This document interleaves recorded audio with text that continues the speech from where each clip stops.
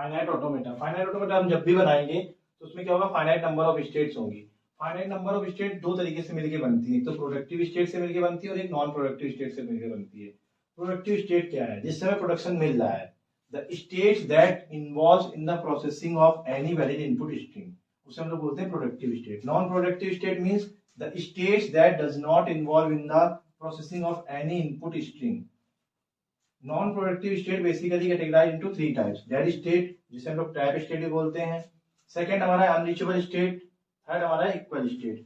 Dead state की अगर बात करें तो डेड स्टेट क्या होता है, बेसिकली नॉन फाइनल स्टेट होती है और गोइंग टू इटसेल्फ होती है हमेशा इनपुट सिंबल सिग्मा के। अगर मान लीजिए सिग्मा मैंने यहाँ पर ले दिया a, b, तो डेड स्टेट क्या होगी, ऐसे बनेगी नॉन फाइनल स्टेट और गोइंग टू इटसेल्फ होगी a, b। परमानेंट रिजेक्ट के लिए हम इसका यूज करते हैं, किसके लिए यूज करते हैं, परमानेंट रिजेक्ट के लिए। जब भी हम डीएफए बनाएंगे तो डीएफए में क्या होगा, हम एक्सेप्ट कराएंगे स्ट्रिंग और रिजेक्ट कराएंगे। जब रिजेक्ट कराना होगा तो हम लोग डेड स्टेट का यूज करेंगे परमानेंट रिजेक्ट कराने के लिए। इसे ट्रैप स्टेट बोलते हैं, डेड स्टेट को डेड स्टेट या ट्रैप स्टेट बोलते हैं। और गोइंग टू इटसेल्फ होती है, कभी भी फाइनल स्टेट नहीं हो सकती। अगर ये फाइनल स्टेट बन जाएगी तो हमारी स्ट्रिंग एक्सेप्ट होने लगेगी ना, ये नॉन फाइनल स्टेट होती है। डेड स्टेट हमेशा क्या होती है, नॉन फाइनल स्टेट होती है और क्या होती है, गोइंग टू इटसेल्फ।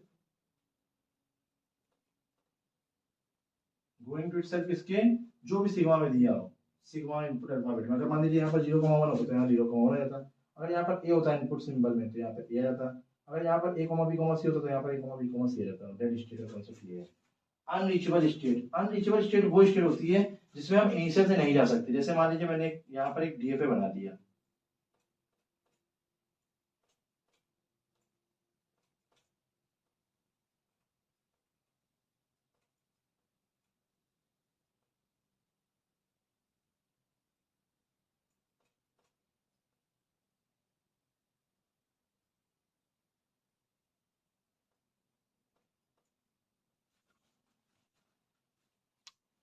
तो यहाँ पर अगर आप देखें तो सी क्या है, हमारी अनरीचेबल स्टेट है।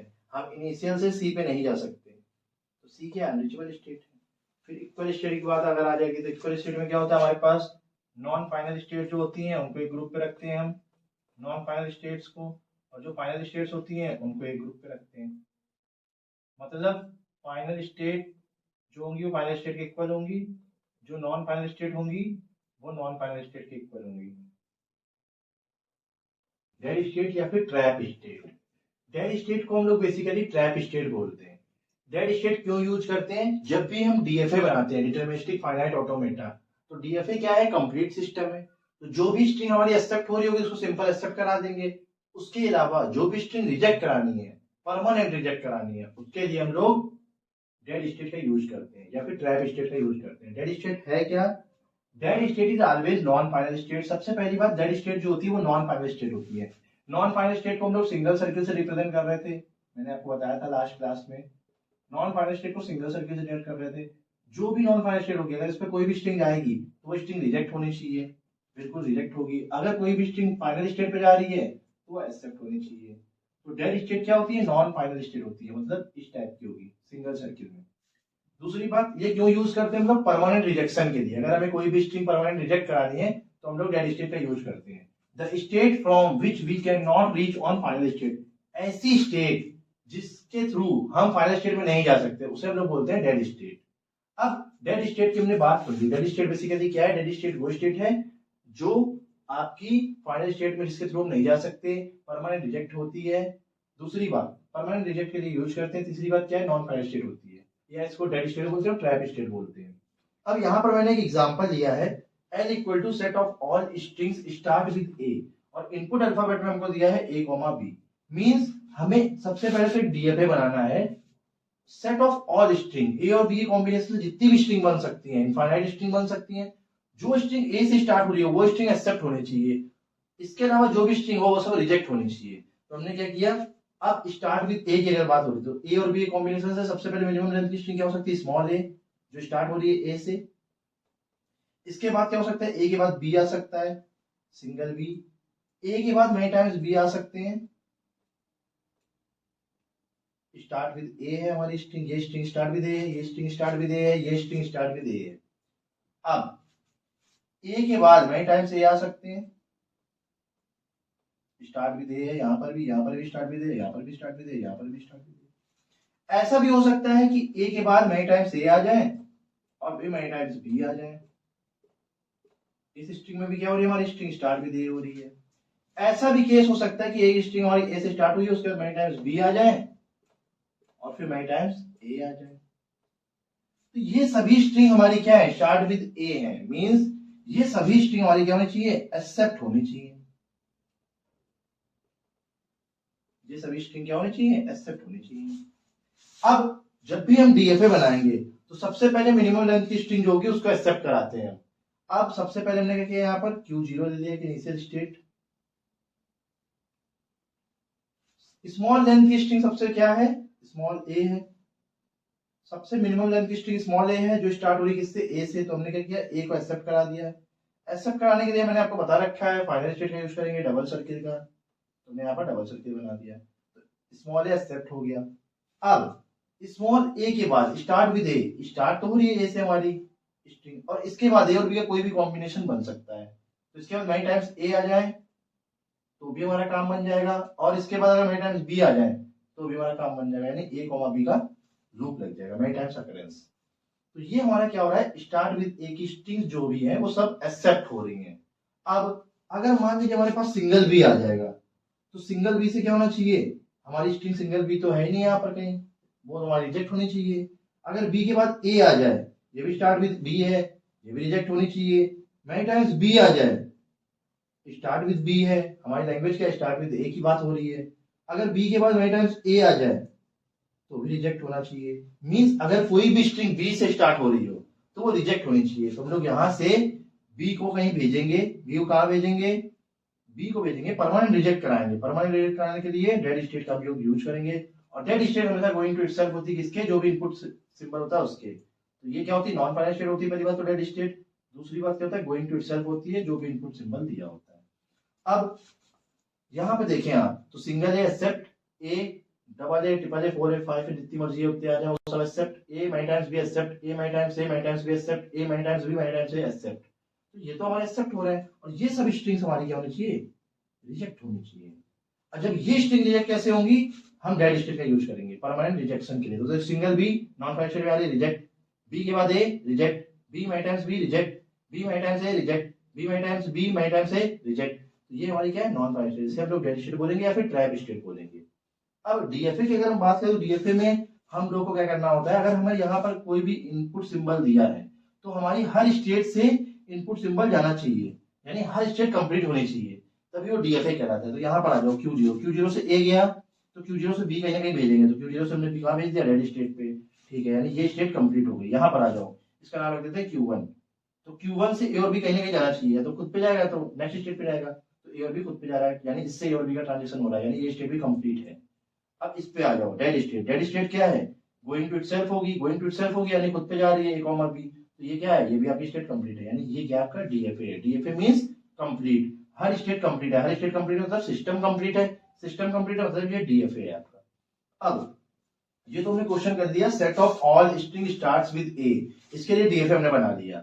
अब मेरा कहना ये है, अगर मान लीजिए यहां से मैं डेड स्टेट को रिमूव कर दूं, क्या करूं मैं, डेड स्टेट को रिमूव कर दूं, अगर इस डीएफए से मैं डेड स्टेट को अगर रिमूव कर दूं तो क्या मान मिलेगा, यहां पर देखिए आप Q0 स्मॉल ए ये फाइनल स्टेट, और यहाँ पर ए कॉमा बी का सेल्फ लूप इनिशियल स्टेट थी हमारी। तो यहाँ पर अगर मान लीजिए मैंने डेड स्टेट को रिमूव कर दिया तो इसमें जितनी भी इनकमिंग आ रही है या फिर आउट गोइंग है सब चली जाएंगी ट्रांजेक्शन, तो सब हट जाएंगे। तो डेड स्टेट को जैसे ही रिमूव किया तो हमारा डायग्राम ये बचा। बट एक चीज ध्यान रखिए, यहाँ पर भी इसकी लैंग्वेज क्या है, set of all string starts with A. यहाँ पर भी इसकी लैंग्वेज क्या है, set of all string starts with A. यहाँ पर एक्सेप्ट और रिजेक्ट दोनों का हमें रेस्पॉन्स मिल रहा है, यहाँ पर केवल और केवल एक्सेप्ट का रेस्पॉन्स मिल रहा है। अब लैंग्वेज तो दोनों की सेम है, इसकी और इसकी दोनों की लैंग्वेज सेम है, set of all string starts with A, इसकी भी लैंग्वेज है इसकी भी है, बट स्ट्रक्चर में चेंज हो गया। ये आपका डीएफए है, डिटरमिनिस्टिक फाइनाइट ऑटोमेटा, और ये आपका जो बन गया वो बन गया NFA, non deterministic finite automata. Means ये आपका सिस्टम कंप्लीट है, ये सिस्टम आपका इनकम्प्लीट है। मतलब यहां से एक पॉइंट हमें सीखने को मिलता है। क्या पॉइंट सीखने को मिलता है? अगर आप किसी भी डीएफए में डेड स्टेट अगर उसमें है, डेड स्टेट को अगर आप रिमूव करते हो तो वो डीएफए हमारा एनएफए में कन्वर्ट हो जाता है। बट जो लैंग्वेज एक्सेप्ट हो रही है डीएफए की, वही लैंग्वेज एनएफए भी एक्सेप्ट करेगा।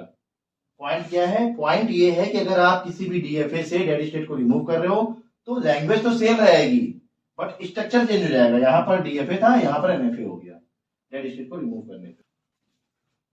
यहाँ पर हमने लास्ट एग्जांपल देखा था, उसमें हमने बात की थी, if we remove the dead state from DFA then there is no change in the language but there is a change in the structure of machine, means resulting machine accepting the same language but it becomes NFA. Means अगर आपका कोई भी DFA दिया हुआ है, DFA अगर आपका दिया हुआ है, डीएफए में अगर डेड स्टेट बनी है, अगर आपको कोई डीएफए दिया है उसमें डेड स्टेट बनी है, अगर उस डेड स्टेट को आप रिमूव करते हो तो जो भी डीएफए की लैंग्वेज थी वही लैंग्वेज यहां पर भी रहेगी डेड स्टेट को रिमूव करने के बाद, बट ये डीएफए जो है वो एनएफए में कन्वर्ट हो जाएगा। वही पॉइंट यहां पर लिखा है, if we remove the dead state from DFA then there is no change in the language but there is a change in the structure of machine, means resulting machine accepting the same language but it becomes NFA. DFA अगर दिया है उसमें dead state है, dead state है, अगर कई बार dead state नहीं भी होगी, अगर मान लीजिए आपका सिस्टम कंप्लीट है तो डेड स्टेट की रिक्वायरमेंट नहीं होती, बट अगर डेड स्टेट है और डेड स्टेट अगर आप रिमूव करते हो तो डीएफए हमारा एनएफए में कन्वर्ट हो जाएगा, बट लैंग्वेज सेम रहेगी। जैसे हमने वहां पर एग्जांपल दिया था, set of all string starts with A, तो यहाँ पर भी language set of all string starts with A होगी, यहाँ पर भी string set of all string starts with A ही होगी। लैंग्वेज लैंग्वेज दोनों भी सेम रहेगी, बट यहाँ पर स्ट्रक्चर डीएफए है, अगर आप डेड स्टेट को रिमूव करोगे तो यहाँ पर स्ट्रक्चर एनएफए हो जाएगा। अनरीचेबल स्टेट, अनरीचेबल स्टेट या फिर non reachable state. Unreachable state क्या होती है? अनरीचेबल स्टेट वो स्टेट होती है जिसमें हम इनिशियल से किसी भी रास्ते के थ्रू उस स्टेट पे नहीं जा सकते, उसे बोलते हैं अनरीचेबल स्टेट। अगर इस डायग्राम की बात करें तो इस डायग्राम में हमारा ये डीएफए दिया हुआ है। डीएफए कैसे है? सिग्मा में हमारा इनपुट अल्फाबेट में क्या है? ए कॉमा बी। डीएफए कोई कैसे होता है? यानी हर स्टेट कंप्लीट होनी चाहिए, इससे और भी कहीं करना है, कहीं ना कहीं जाना चाहिए, इससे जा रहा है, इससे भी जा रहा है, इससे और भी कहीं कहीं जाना चाहिए, जा रहा है, इस स्टेट से और भी कहीं कहीं जाना चाहिए, जा रहा है। तो ये तो डीएफए है। अब इस डीएफए में अनरीचेबल स्टेट कौन सी है, ये कैसे पता करेंगे? देखिए Q0 इनिशियल स्टेट है, Q0 इनिशियल स्टेट है। इस इनिशियल स्टेट से कोई भी ट्रांजिशन को अगर हम रीड करें तो नेक्स्ट स्टेट में पहुंच सकते हैं, नहीं पहुंच सकते। अगर हम पहुंच सकते हैं तो वो रीचेबल है, अगर नहीं पहुंच सकते तो वो अनरीचेबल है या फिर नॉन रीचेबल है। तो Q0 से आप देखिए, Q0 से Q1 पे जा सकते हैं, बिल्कुल जा सकते हैं स्मॉल ए के थ्रू। Q0 से क्या हम Q2 पे जा सकते हैं? Q0 से Q2 पे हम किसी भी रास्ते के थ्रू नहीं जा सकते, तो Q2 हमारी क्या है? अनरीचेबल स्टेट है या फिर नॉन रीचेबल स्टेट है। अब यहाँ पर कुछ पॉइंट्स लिखे हैं, इसको ध्यान से देखिए। Unreachable state can be final state और non final state. Unreachable state final state भी हो सकती है और नॉन फाइनल स्टेट भी हो सकती है। The state which can not be reach from initial state. Unreachable state या फिर नॉन रीचेबल स्टेट वो स्टेट होती है जिसमें हम इनिशियल से नहीं जा सकते। तो यहाँ पर हमारा Q2 क्या है? अनरीचेबल स्टेट है। ये हमारी लैंग्वेज है, sets of all string ends with A. अच्छा, अगर मान लीजिए हमारा डीएफए दिया हुआ है, इस डीएफए से अगर हम अनरीचेबल स्टेट को रिमूव कर दें, इस अनरीचेबल स्टेट को हम अगर रिमूव कर दें, अनरीचेबल स्टेट को रिमूव करने का मतलब क्या है? जो भी इसके ट्रांजिशन होंगे वो सब रिमूव हो जाएंगे। तो हमारा क्या होगा डायग्राम? Q0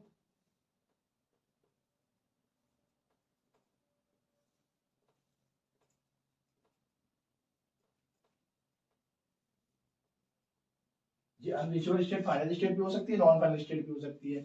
अनरीचेबल स्टेट को रिमूव करेंगे तो हमारा क्या होगा?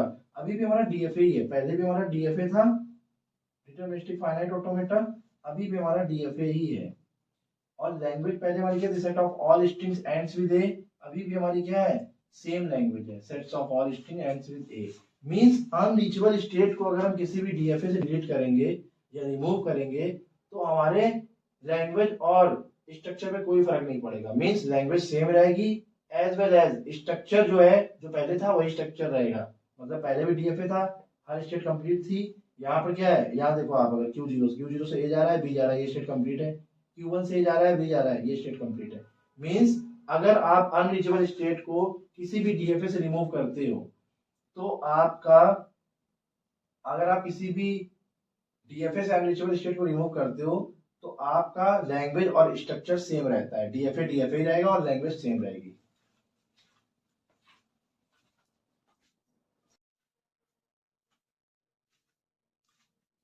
तो यहाँ पर एक पॉइंट हमने लिखा हुआ है, if we remove the unreachable state from DFA, अगर हम रिमूव करते हैं अनरीचेबल स्टेट को डीएफए से, रिमूव करते हैं अगर हम अनरीचेबल स्टेट को डीएफए से, तो क्या होगा, then there is no change in the language, language पहले क्या थी, एंड्स विद ए, अभी भी एंड्स विद ए ही रहेगी, और पहले भी क्या था, ये डीएफए था, और अभी भी क्या है, ये डीएफए ही है।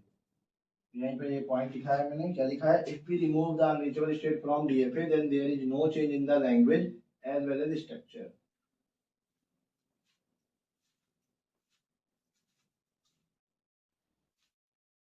Equal state, equal state basically क्या होती है, equality always exist between final final state, जो फाइनल फाइनल स्टेट होगी उसके बीच में इक्वलिटी हो सकती है, या फिर non final state, final state को हम लोग डबल सर्किल से रिप्रेजेंट करते हैं, नॉन फाइनल को हम लोग सिंगल सर्किल से रिप्रेजेंट करते हैं।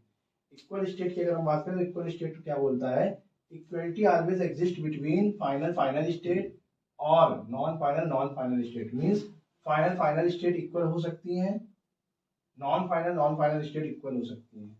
ऐसा नहीं हो सकता कि फाइनल स्टेट नॉन फाइनल के इक्वल हो जाए, means final state equal to final state, non final state equal to non final state, final state does not equal to non final state, non final state does not equal to final state.